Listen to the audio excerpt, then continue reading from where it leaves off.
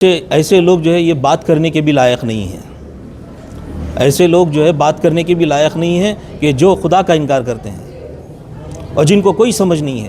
اور کل کے ڈیبیٹ سے جو ہے صاف صاف جو ہے دودھ کا دودھ پانی کا پانی ہو گیا، اور کیسے ذلیل ہوئے ساری دنیا نے دیکھا۔ مقصد کچھ نہیں ہے کہ جس آدمی کے اندر جو ہے تکبر ہوتا ہے، غرور ہوتا ہے، اور یہ پھر یہ سمجھتا ہے کہ میں ہی سب کچھ ہوں اور میری معلومات ہی سب سے جو ہے اعلیٰ معلومات ہیں اور سامنے والے سب بیوقوف ہیں، تو یہ ان کا جو ہے انٹینشن ہوتا ہے، اور یہ اپنے جو ہے غرور اور تکبر میں جو ہے وہ چور چور ہوتے ہیں، جس کی وجہ سے اس طرح کی بہکی باتیں کرتے ہیں۔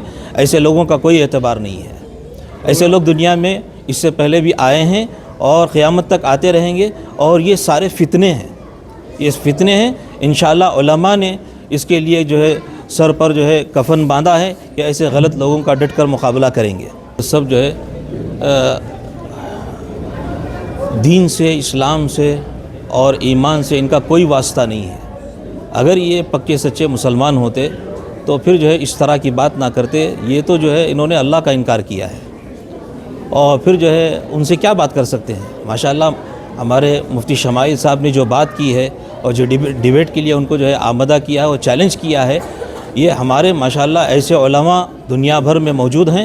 انشاءاللہ ایسے غلط لوگوں کے سامنے جب چاہیں گے سامنے آ کر جو ہے ان کے لیے ڈیبیٹ کرنے کے لیے تیار ہوں گے، اور پھر ان کا منہ توڑ جواب دینے کے لیے تیار ہوں گے۔